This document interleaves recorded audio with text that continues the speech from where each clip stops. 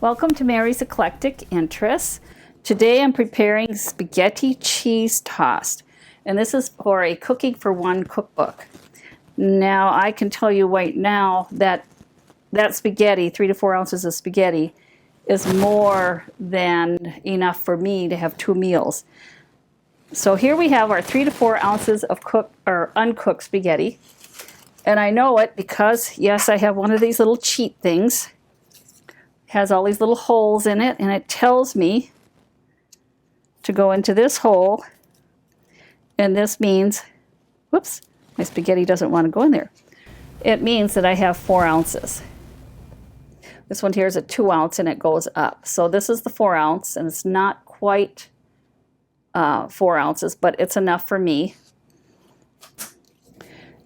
And I'm taking this raw spaghetti and I'm putting it away because I've already cooked the spaghetti.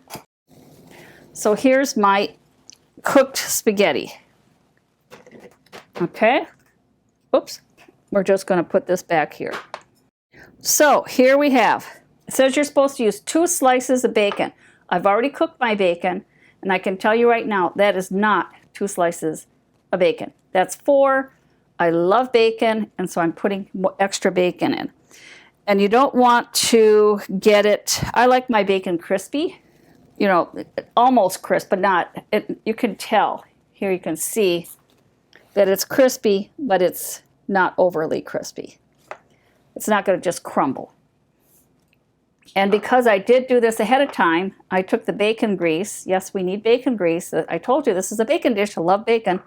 And this is about how much bacon grease there was in there for those 4 pieces of bacon.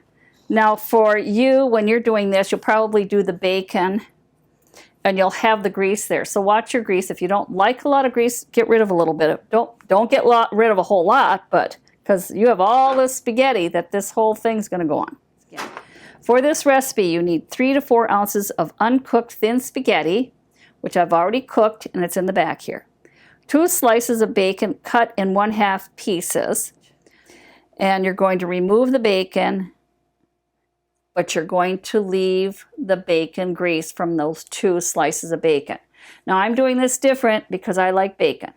So I have 4 slices of bacon in here, and I have the bacon grease behind it because I actually prepared this a couple of days ago, knowing I was going to make this dish. We have 3 tablespoons of dry white wine, or you can use dry vermouth, which I have in the back already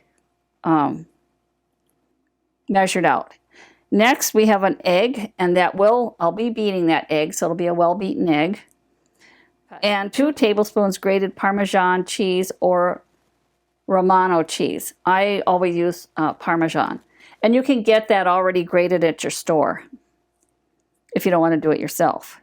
And it says freshly ground pepper. Well, that's not happening. I've never used fresh ground pepper. I just use pepper from the regular pepper. I've already cooked the spaghetti, as we know here. But it says when you cook it, and I did not rinse it. All I did was put it in the sieve to get all the water out. I did not rinse the spaghetti. Do not rinse your spaghetti. I have very few pans, but here's the skillet that I have. And I'm going to put in the bacon grease that should already be in your pan. Here to do this. There we go. So I'm just putting a little bit of bacon grease in there. And this will melt. And you may not have this much bacon grease. You may have more, you may have less. I actually keep the bacon grease for other cooking needs. And, it is starting to melt. Okay, I'm going to have to put this up higher so it gets going here. Because we're going to take this white wine, 3 tablespoons, and we're going to be putting it in that bacon fat. Doesn't that just sound fattening? And we're going to heat it to a boil, and we're going to boil and stir for 2 minutes. I may have to put a little bit more grease in there because there's not a whole lot in there. There.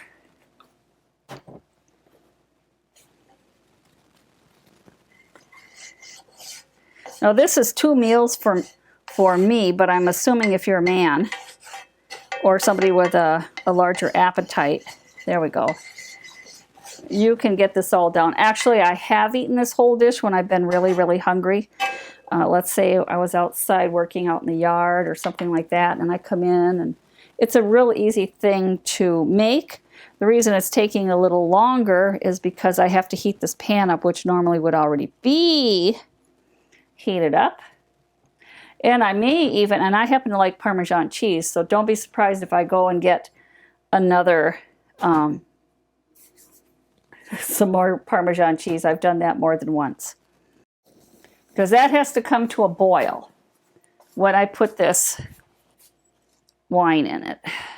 Are you ready? It's going to spit too, and there we go.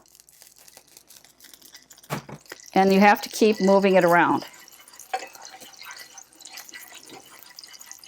Oops, I don't want my hot plate to move around. I just want this.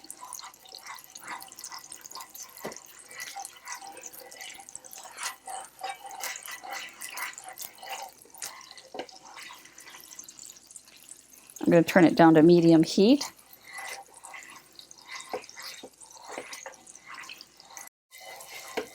Okay, that's over 1.5 minutes.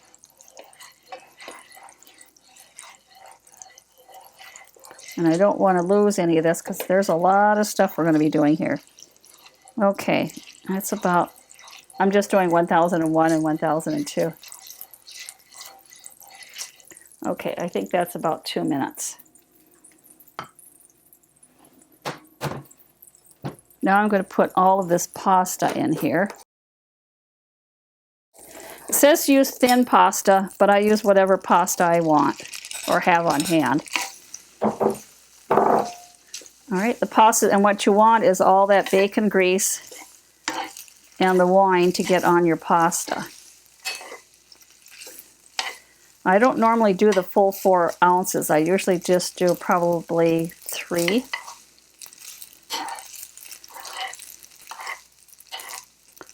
And I'm trying to get this all rolled into that wine and the grease.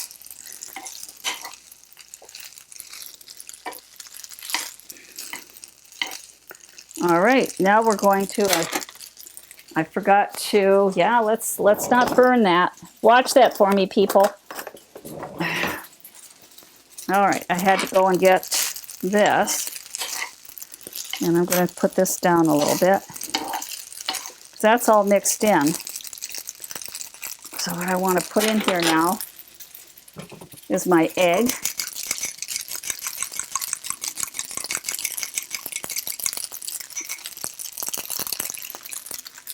And I'm going to turn it down, my cheese,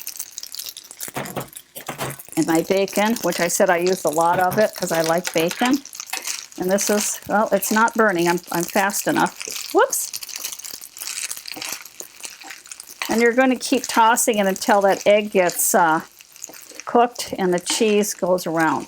Now, if you like this really a lot cheesier than what this is going to be, throw in extra Parmesan. Now, this is supposed to not turn into scrambled eggs on top of this. It's supposed to go in and be all the way through. And all you do is you just keep tossing it until you can tell that egg is done. It doesn't take very long, and it doesn't take, and a lot of this stuff you can do ahead of time, such as your bacon. I don't like to do the pasta too far ahead.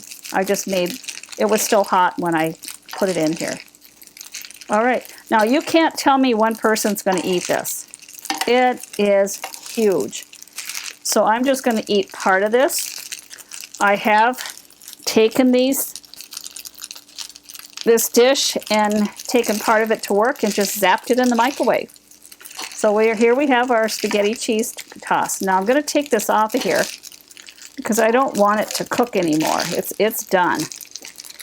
And I don't want it to sit there. So I'm going to bring it in the back here. This is what I normally, would like to use, is this size plate. And what I'm trying to cut myself down to is this. And so you can get 2 nice hearty portions of this. But it is from my Cooking for One cookbook. So now I have leftovers. And and I forgot the pepper, didn't I? What was I supposed to do with the pepper? I hardly ever put that pepper in here. I suppose you could just kind of, because it says, maybe that's why I never used the pepper. I never put it in. So I'm just going to put a little pepper on top, since I didn't put it in with the thing. But that's probably why I never do use the pepper. So that's all there is to it. You have a little tossed salad or something with it. I happen to have some marinated vegetables I'm going to be eating with this. So this is just marinated, what I call marinated vegetables. It's vegetables with Italian dressing.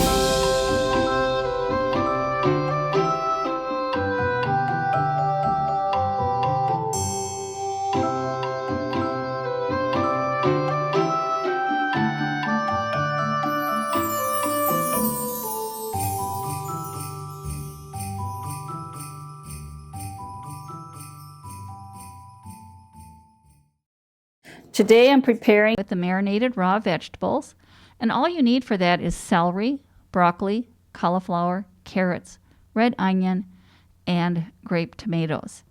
And of course you're going to need an Italian dressing, which I'll get to later.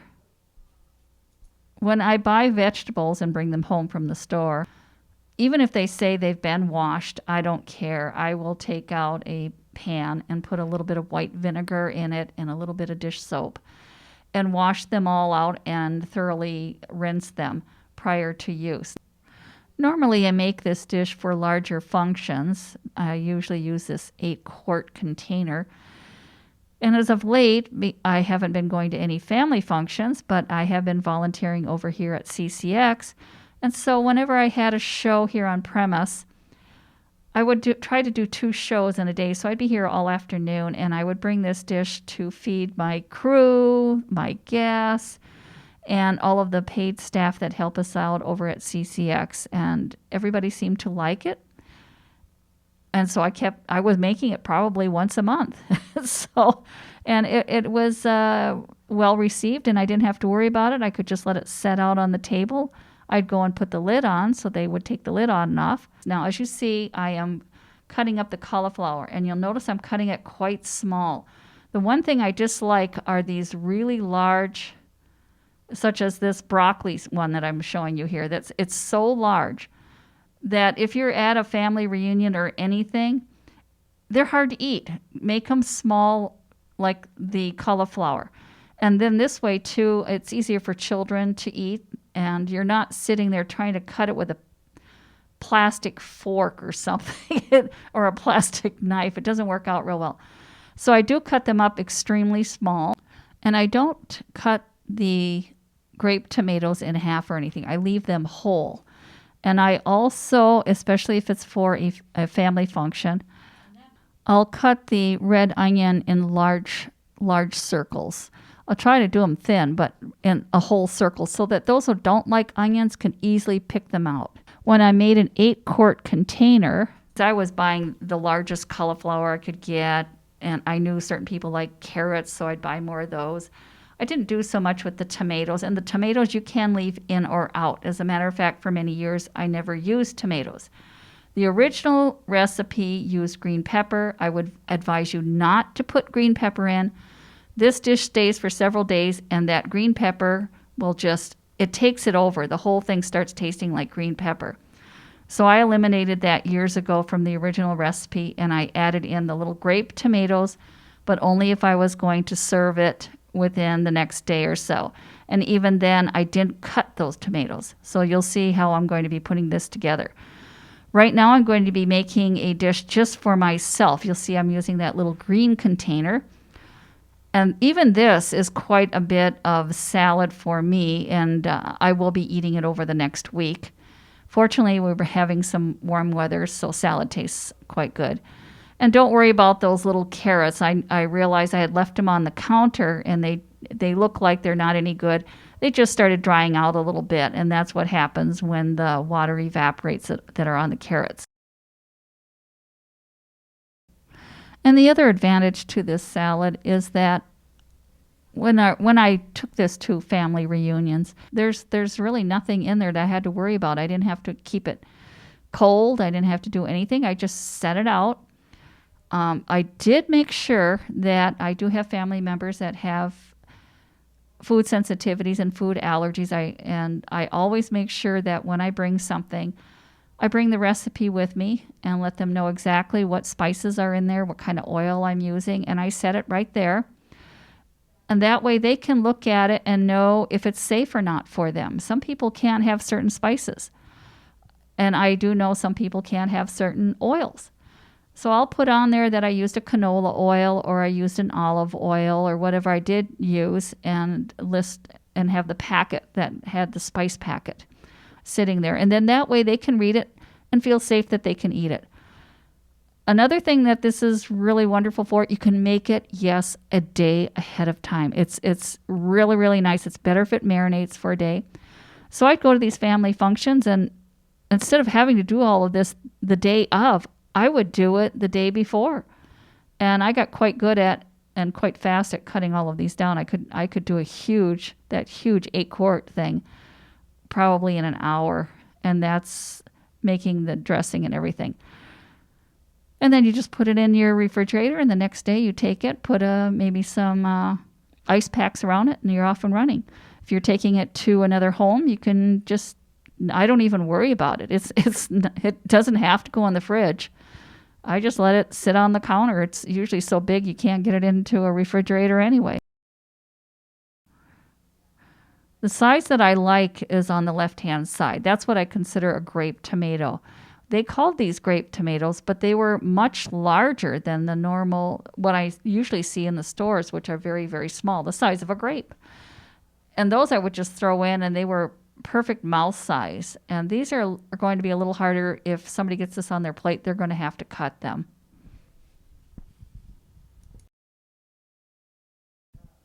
I realized when I was doing this that all of a sudden I went from cutting carrots to where's the celery? So I accidentally cut out more of the film than I should have. So I'm making this go a little bit faster because I need enough time for the second show on this half-hour show. And you'll see that I do the celery small. I do, as I mentioned, everything very, very small. And of course, what I'm doing here now is a complete voiceover because my audio wasn't any good on the original production.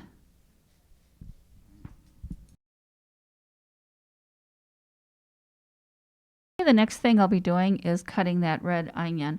Now, I'm not a professional, and I just do it my own way. I have a tendency to cut that end, you'll see, and then, of course, I'm going to take all the peelings off around. And you'll also notice that I'm speeding this up because this is going to take quite a while, and I do have 2 dishes I want to get into this half-hour show. So let's get going. And as you see, it's not necessarily coming off the way I want, but that happens. And who's going to notice it anyway? Once it's in that bowl, it's going to be sliced in round rings. Now this one, I am going to slice it up a little bit smaller because it's for me. But this is what I usually like. I like just doing the rings. And then on top of it, when I make that big 8-quart one, I don't mix it in with all the other vegetables. I let it sit on top. That way, if you have any children that come up, they don't like red onion, they can just move it to the side. Or if they do get any, because they are those large rings, they could just easily pull them out. There's nothing worse than here. This is how I'm going to cut it for myself. I'm going to cut it much smaller. But I normally would not do that if I'm bringing this dish to some function. I do it that way because I have people that say, I don't care for mushrooms. And I was making lasagna, and I said to my neighbors, well, I'll bring you some over. But I says, I don't think I'm going to put the mushrooms in. And they go, oh, you can pick them out. Have you ever tried picking out small pieces of mushroom in lasagna? No.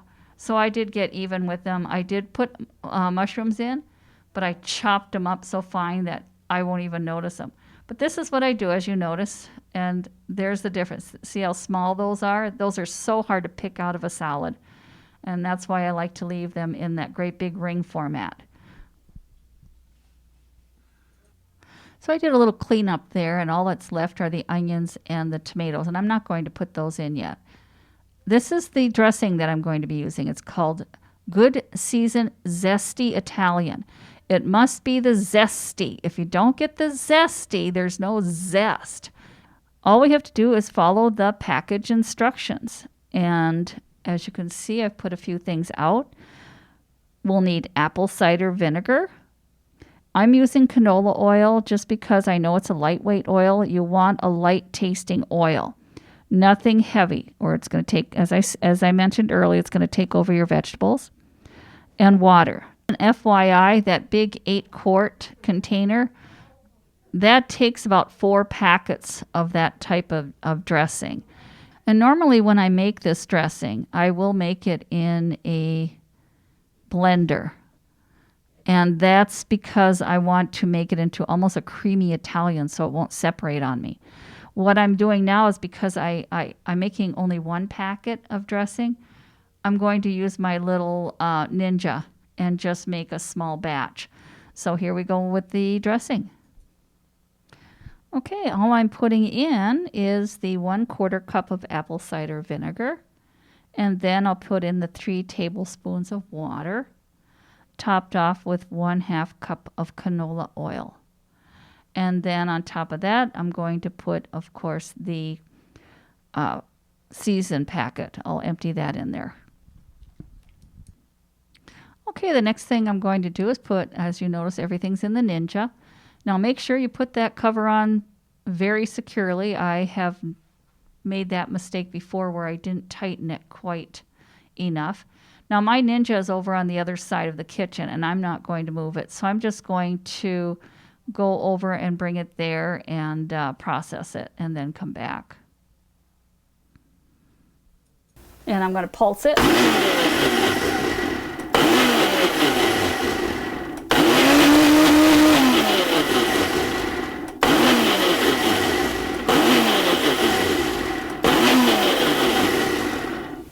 See how creamy it is. Like I said, it's like a creamy Italian. And, oh, barely see it. And I'm going to be pouring it into the bowl that I have here. And I'm leaving plenty of room to shake. And this is the other reason sometimes I don't put everything in and some of the things go on top, because it can get quite cramped in some of my bowls when I fill them up with all those vegetables. And I'm looking for the lid, and here it is. And now I'm going to just shake that. And once I shake it, I'm going to take the remainder of the vegetables that I have there and put them in. But here, this is what it looks like. Okay, the next thing I'm going to do, it looks like I might be going for the tomatoes. And like I said, I usually like them much smaller than that. And I just throw those in. And because this is for me, I am actually going to mix this all up. Normally, I would leave the tomatoes and the onions on top and mix them later. But I'm going to do it all together right now. And of course, I have the big rings, and that's how I normally do the larger size dishes.